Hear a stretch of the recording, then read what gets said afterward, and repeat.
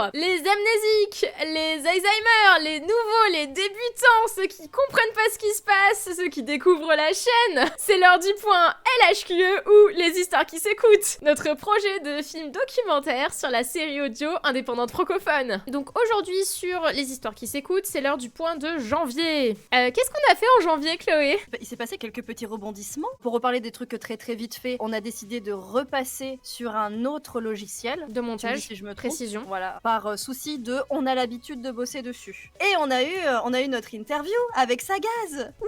Ça c'était l'événement de janvier, ça. On a interviewé 4 personnes d'un coup. En plus, vous étiez incroyablement appétissants, c'est très vrai. Et ça s'est super bien passé. On peut demander à Papial qui est dans le chat et qui fait partie de Sagaz. Mais nous, on trouve que ça s'est super bien passé et on a passé un très bon moment. Chloé, je sais pas si t'as passé aussi un moment délicieux. Délicieux. Ah oui, je me suis régalée. En vrai, on a été d'une efficacité mais sans pareil. Énorme step-up par rapport à notre première interview. Ça y est, on a trouvé notre routine avec Chloé. On s'est rendu compte que l'interview avec Nico, du coup, nous avait servi de baptême du feu pour notre cohésion à toutes les deux avec Eva. Comment est-ce qu'on voulait que les interviews se passent, les restrictions matérielles qu'on avait et comment est-ce qu'on devait jouer avec. Et en fait, on s'est rendu compte que la vidéo de Nico, elle a duré quoi du coup? J'avais regardé, c'était quoi? C'était 1h40. C'était énorme. Et en fait, on s'est rendu compte qu'on pouvait pas, même si c'était ultra passionnant, on pouvait pas continuer à faire des interviews comme ça qui font le temps du film, quoi. Donc, on s'est réservé des plages de 20 minutes. Eva avait son petit chronomètre. Les réponses, on les enchaînait. On savait tout de suite que les personnes qu'on interviewait incluent la question dans leurs réponses et ça roulait tout seul. Je pense même que ce qui a été le plus long pour eux, ça a été de remplir tes petites feuilles plutôt que de répondre aux questions. Je crois qu'ils m'ont détesté. Je vais le dire notamment pour Mr. Fox. Je n'ai aucun regret, je suis navrée. Oui. Je me souviens, il t'a dit, vous prenez trop de précautions pour rien. Moi, je préfère avoir pris trop de précautions que pas assez. Ouais, je peux pas être désolée là-dessus parce que je sais pas jusqu'où on l'emmènera ce film. J'essaierai de l'emmener le plus loin que je peux. Donc, il fallait que j'ai tout ça. Voilà. Je tiens à dire, Eva, une fois qu'elle a eu tous ces petits papiers, là, elle m'a regardée, elle a fait super trophée en faisant jouer tous les petits papiers. J'ai fait ça, j'étais des trophées, quoi. Après, c'est aussi beaucoup de travail pour moi, mine de rien. Ce que vous vous rendez pas compte, c'est que, ok, eux, ils ont dû signer une par une toutes ces pages. Moi, j'ai écrit ces contrats, je les ai imprimés, comptés, nommés, et ensuite, je les archive. On fait un film, on fait pas un gâteau, c'est pas de la farine qu'il nous faut, c'est du juridique, de l'administration, de l'orga et de l'image. Enfin, dans les autres nouvelles de janvier, on a malheureusement une interview qui a été annulée. On n'a pas réussi à s'organiser avec Audiodidacte. On aurait dû les voir le 5-6 février. Et le souci, c'est qu'on n'a pas réussi à organiser suffisamment en amont. Et avec Chloé, on a dû du coup se poser la question très difficile de est-ce qu'on tente quand même ou est-ce que à ce stade-là, avec des choses pas assez organisées, on annule? Ce qui est une question qui est difficile parce que mine de rien, on avait envie de les rencontrer, on avait des choses, voilà. On peut pas passer notre énergie partout et on peut pas passer notre budget partout. Je pense que c'est le budget qui a été le point le plus difficile. Je pense que vous le savez tous, les prix des billets de train ne sont pas aussi faciles que ça à avoir, surtout à 1 ou 2 semaines à l'avance. Et à partir du moment où tout n'était pas en place avant notre venue, on n'avait pas les billets de train, on n'avait pas de lieu de tournage. Il y a eu trop de difficultés techniques en fait. J'aurais aimé que ce soit aussi facile que aller les rencontrer, se poser quelque part, interviewer. Le problème, c'est qu'on a besoin de bonnes conditions. On a besoin de penser à notre matos, à la sécurité du matos. On a besoin de penser au temps que ça nous prendra, à ce que ça impacte pas nos vies professionnelles. On a préféré annuler pour pas mettre en péril le reste. Je pense que même pour eux, ça aurait pas été agréable en fait. Et je préfère qu'on reste en bons termes sans avoir rien fait que avoir forcé le truc et être sorti de là sans pouvoir se parler derrière quoi. Malgré tout, on a pu échanger avec Audiodidacte, notamment en vocal sur Discord, donc c'était intéressant parce qu'on a pu parler avec eux et on va toujours les rencontrer aux prochains événements de la saga Sphère. On va continuer à les intégrer au film dans la partie bibliothèque de Saga MP3. Pour continuer, on a aussi pris une autre direction pour le disque dur dont j'avais parlé. On voulait à la base prendre un disque dur externe, nous allons finalement prendre un disque dur interne. C'est pas grand chose, allez-vous me dire. Si, c'est beaucoup plus de sérénité pour nous parce que c'est un backup permanent qui aura beaucoup moins de chances de faire de corruption de fichiers. Et si jamais mon ordi meurt, nous aurons quand même tout le projet. Je pense qu'on a fait le tour de tout ce qu'on a fait en janvier. Je pense, ouais. Je pense qu'on peut parler maintenant de ce qui va venir, parce que là, c'est pas mal du tout. En février, les objectifs, on a 3 interviews qui sont sur certaines bookées. La team Javras, qui est composée du coup de Richou et Erika, et Mago de Magoyonde. On essaye, on fait tout pour le caler en même temps, on essaye de caler JBX par la même occasion. Si on y arrive, les gars, ça nous fait un seul week-end où on va caler 4 interviews d'un coup.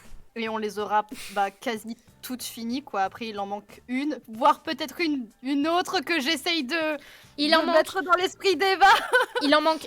Après ça, il en manquera une sur certains parce qu'il y en a un, on ne veut pas faire le film sans lui. Il est à l'autre bout de la France, va falloir se faire un road trip pour aller le voir, mais on va le faire. Et à côté, il y a 2 personnes qu'il faut potentiellement qu'on confirme. Et je pense à une 4e personne qui est toujours Matt, qu'on n'a toujours pas réussi à avoir en vocal parce qu'il a l'air autant occupé que nous. C'est la galère.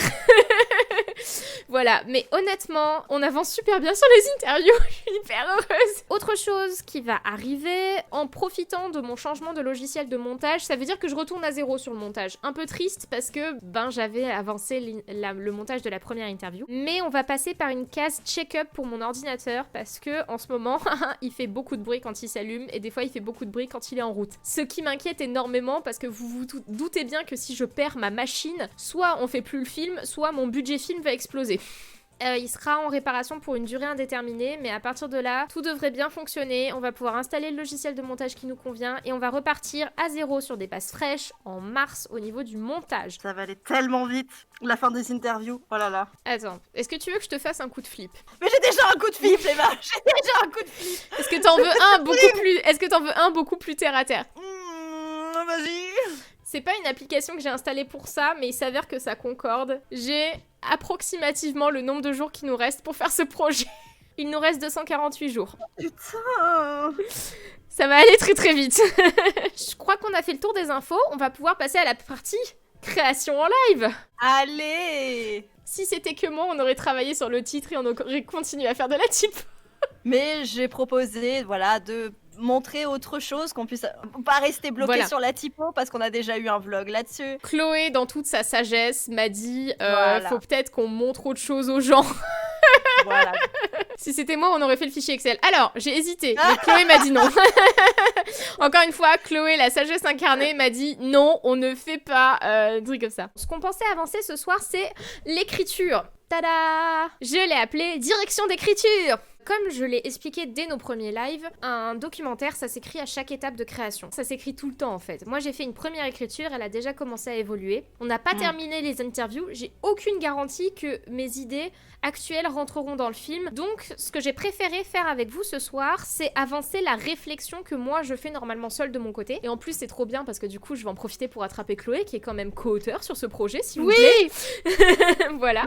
J'ai fait ça en 2 parties. J'ai fait une partie, les questions à se poser pour la direction d'écriture du film, et une partie, la réflexion écrite sur les parties générales. Je pense pas qu'on en ait pour très longtemps, mais grâce à ça, on devrait déjà pouvoir pousser un petit peu plus loin l'écriture actuelle du film. En premier, moi, je voulais parler de la question du style de montage, parce que du coup, on est un film documentaire qui se base principalement sur des interviews. Pour les néophytes ou ceux qui s'intéressent absolument pas au style documentaire, je rappelle que c'est pas du tout le seul style de documentaire, hein. Il y a plusieurs hypothèses. Il y a l'ordre chronologique de tournage, en fait, considérer que ce film c'est une sorte de vlog et c'est un peu le parcours de Chloé et moi face aux différentes personnes qu'on a croisées sur notre chemin. Il y a aussi tout simplement faire les interviews une par une mais pas dans l'ordre, mais à ce moment-là on est plus sur un montage type exposition. Et pour moi il y a la solution qui est un peu évidente pour le projet qu'on va faire, c'est un mélange d'extraits d'interviews avec un style de chapitrage, donc plutôt par thème. Moi je suis grave chaud pour ça, ouais. On est toutes les deux très d'accord là-dessus. Deuxième question, pour le coup, on n'en a pas trop parlé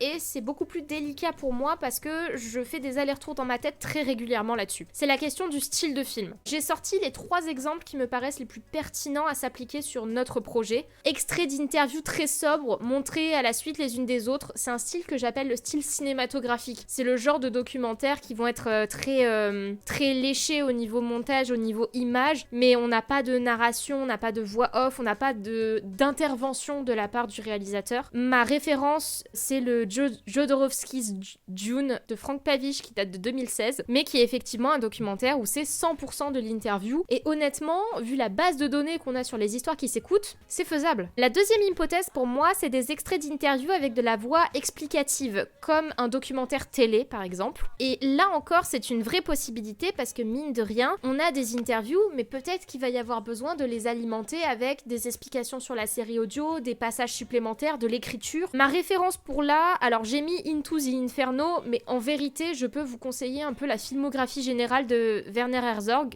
qui est un très bon réalisateur de documentaires. Il a fait aussi des films complètement barrés, si vous avez envie de regarder. Il s'intéresse à un sujet, il va interviewer des gens, et il fait ses transitions avec de la voix off, et il explique comment il est passé d'une interview à l'autre, qu'est-ce qui l'a fait réfléchir. C'est un peu ce qu'on fait ici, c'est on a pris un sujet, on veut passer d'une interview à une autre, mais on veut y mettre notre patte. Donc encore une fois, une hypothèse très plausible, quoi. Et ma dernière référence, c'est un film plus libre, avec des interludes vidéo entre les interviews. Donc ce qui s'apparenterait le plus à un film web, c'est sans doute la forme de style de film qui serait la plus libre au niveau création. Et ma référence ultime, c'est celle que j'ai déjà donnée, c'est Devenir Michael Jackson de Johan Baumal, qui date de 2019, et qui est juste un de mes documentaires préférés en fait. J'aime beaucoup ce genre de style de film. Le souci, c'est que c'est moins présentable à un public large, parce que clairement, c'est y apporter la connotation web. C'est de dire que c'est un film qui sera pas considéré d'aussi grande qualité que les deux premiers. C'est peut-être faux, mais aux yeux d'un public averti en documentaire, ce sera sans doute la manière de penser. Qu'est-ce que t'en penses, Chloé, de tout ce que je viens de te sortir? J'ai un faible pour le film web, comme tu le décris, parce que c'est ce qu'on fait en fait, on fait de la création pour du web. Moi, ça me dérange absolument pas, tu vois, je me dis au contraire, mais si on choisit ça, va falloir qu'on l'embrasse, tu vois. Va falloir qu'on fasse un truc qui soit libre, barré, et va pas falloir qu'on vise trop loin. Et moi, ça me va, hein. Ça me va complètement, et j'avais pas envie de faire quelque chose d'élitiste. C'est pas représentatif, en fait, de la saga Sphère, des séries audio, de la création audio, en fait, en général, sur Internet, parce qu'en fait, ça vient de là aussi. La seule chose que j'espère, si on choisit ce style de film, c'est que je pense que nous deux, on sera pas déçus, tu vois.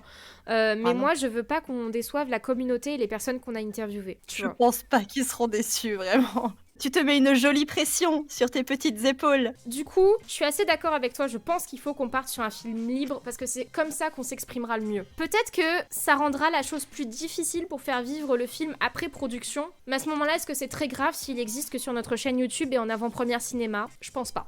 Non, je pense pas non plus. Et puis rien ne nous empêche d'essayer de l'emmener en festival. Allez, question suivante, la question des images de transition. Mine de rien, on va en avoir besoin de beaucoup. Et pour que ce soit le plus joli possible à l'œil nu, on va des fois essayer de passer sur d'autres supports visuels, le temps de revenir sur la personne interviewée. Il va aussi nous falloir des transitions entre les interviews. Donc du support d'images en dehors des interviews, il va nous en falloir. Ça va pas être la majorité du film, mais honnêtement, surtout si on part sur un style de film libre, créatif, je pense qu'on est bien sur 30% à 40% du film qui doit être du support non-interview. C'est énorme. Je dis pas que c'est côté audio, hein. Côté audio, à mon avis, la part va être plus grande côté interview, mais côté image, je pense qu'on est sur ce ratio-là.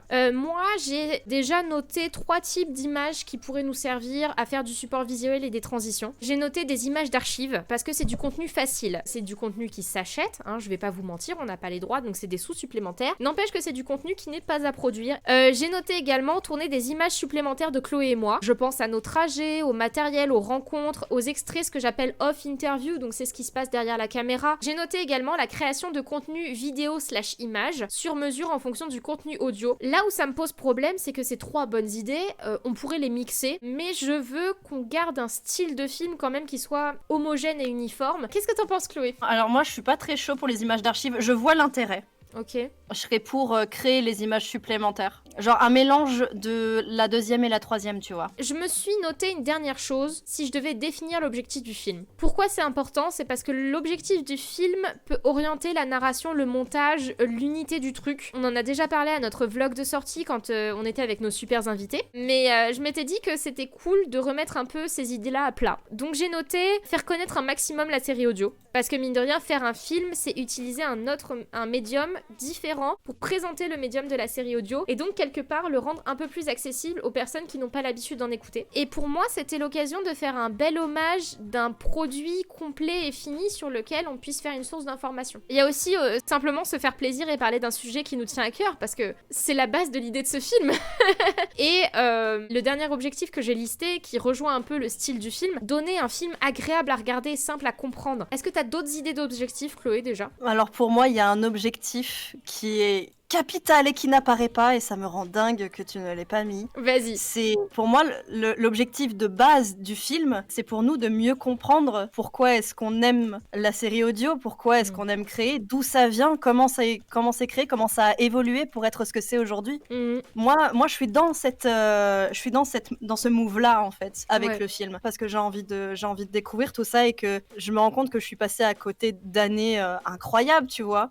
C'est vrai que c'est un très bel objectif, mais je me demande si je suis à l'aise avec l'idée de prendre ça en objectif principal. Peut-être objectif secondaire, tu vois. Oui, un objectif secondaire. Enfin, pour moi, c'est le principal parce que j'assume être un peu égoïste parce qu'on en a toujours besoin. Oui. Et vraiment, je trouve que le côté hommage et rendre compte de ce qu'est la série audio aujourd'hui pour donner du coup cette visibilité à bah voilà, ça a évolué et aujourd'hui ça ressemble à ça. C'est passé par là, aujourd'hui on conçoit les choses comme ça a beaucoup changé, ça a beaucoup éclaté aussi. Je pense que le côté hommage plus nous satisfaire notre curiosité de pourquoi on aime ça, comment ça en est venu là. Je pense que le mix des deux, en fait, fait la bonne harmonie de l'objectif du film. Après, moi, j'adore aussi l'idée de quand même de faire un film très fluide et très fun. Ah oui, bien sûr, moi je suis complètement d'accord. Ça nous ressemble bien de toute façon, donc il faut que ce soit un film qui nous ressemble aussi. Là, ça va être beaucoup plus court. Je voudrais qu'on avance une réflexion sur les parties générales d'écriture. Je sais qu'on est un peu secrète sur les questions qu'on pose en interview, comment on a orienté les interviews selon les personnes, mais c'est normal, c'est parce que pour l'instant on n'a pas tout fini, donc je veux rien garantir. Même s'il y a des points qu'on a abordés avec certaines personnes, peut-être qu'on les inclura pas au montage. C'est un peu dans la branche ne pas décevoir les gens, etc. Mais c'est surtout dans la branche engagement auprès de vous. Nous, on s'est engagés à faire ce projet. Maintenant, il faut qu'on y aille mollo sur les autres engagements qu'on va faire. J'aimerais tellement avoir une lunette sur le futur et voir la Eva de novembre pour savoir à quoi il va ressembler ce film. Ça me ferait tellement de bien en vrai. Eva de novembre, j'espère que tu vas bien, que t'es pas épuisée et que ta vie est aussi belle qu'elle l'est actuellement. Et franchement, j'espère que le film est trop cool et que t'en es trop fière. Tu veux faire un message à la Chloé de novembre ? Non, j'espère que t'as réussi. Putain, t'avais dit que cette année c'était la tienne. Maintenant, t'as trop bien commencé. Maintenant, tu finis bien. T'as raison. Je suis trop fière de toi, de toute façon, déjà. Ça fait à peine 2 mois, je suis trop fière de toi. Alors, sur l'introduction du film... Ton introduction que tu fais à chaque vlog. Non. Je peux le noter dans les idées. Attends, en vrai, non, mais même si on l'utilise pas, ça coûte rien, tu vois. Il faut pas. Quand vous faites un remue-ménage, comment on appelle ça en anglais déjà ? Brainstorming. Un brainstorming. C'est hyper important de tout noter, même les mauvaises idées, parce qu'elles ont besoin d'être écrites pour passer à l'idée suivante et pour en sortir d'autres. Donc, faites-le. Voilà, vous avez des projets, vous écrivez tout. Mon idée numéro 1, c'était de partir sur un style cinématographique d'intro, prendre un extrait d'interview qui parle de série audio de manière générale, de ce que c'était, ce que c'est aujourd'hui. Prendre 30 secondes à 1 minute d'interview un peu catchy pour rentrer le spectateur dans le film. Je me suis noté entre parenthèses un extrait d'interview de Papillal parce que Papillal nous a fait des moments interview absolument magiques quand on est allé voir Sagaz. Donc ok, c'est une vraie hypothèse, il faut que je me le mette de côté. Alors moi je dis oui, je rajouterais même un patchwork de plusieurs interviews qui définirait la série audio, tu vois, où chacun a sa petite définition de la série audio. Je comprends ton idée et je vais la noter. Là où ça me fait peur, c'est que je veux pas que cette introduction soit trop longue. Je pense qu'une introduction trop longue, trop lourde ou trop chargée peut plomber un film. Mon autre idée, c'est moi qui explique d'où vient l'envie de faire ce film, plus présentation du projet, parce que ça poserait la base de tout le reste et ça expliquerait comment on est allé voir les gens. Ça donnerait un fil rouge en fait. Ce qui est pas plus mal d'avoir un fil rouge. Bah oui, du coup, oui, si jamais on fait ça, on inclut un fil rouge et donc du coup, on fait une interview de toi ou de nous. Ce sera pas une interview, va falloir faire une espèce d'écriture de texte et ensuite tu vas me filmer en train de le dire, tu vois. Putain, j'aime trop ça en vrai. On peut me faire un mélange des deux. On mélange tout. Qu'est-ce que t'en penses sur ces premières idées ? Eh ben, j'aime beaucoup l'idée du fil rouge en fait, parce que ça rejoint l'objectif du film. Ouais. Et ça l'explicite dans le film. À mon avis, ça ancre davantage le film dans cette idée de faire un film web. Alors le générique, j'ai pas écrit grand chose, mais comme l'introduction du film, il va nous falloir un générique. D'ailleurs, vraie question que je viens à peine de me poser, est-ce qu'on fait un titre un peu old school où on met déjà des éléments de générique dans l'intro et ensuite le générique complet à la fin, ou est-ce qu'on fait 100% un générique de fin?